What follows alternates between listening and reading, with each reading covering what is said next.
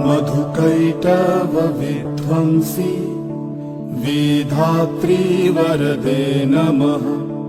रूपं देहि जयं देहि यशो देहि दिशो जहि।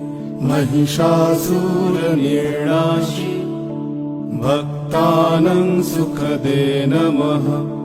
रूपं देहि जयं देहि यशो देहि दिशो जहि। धूम्रनेत्रवधे देवी धर्मकामार्थदायिनी। रूपं देहि जयं देहि यशो देहि दिशो जहि।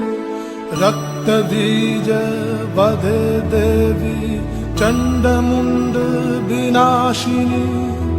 रूपं देहि जयं देहि यशो देहि दिशो जहि।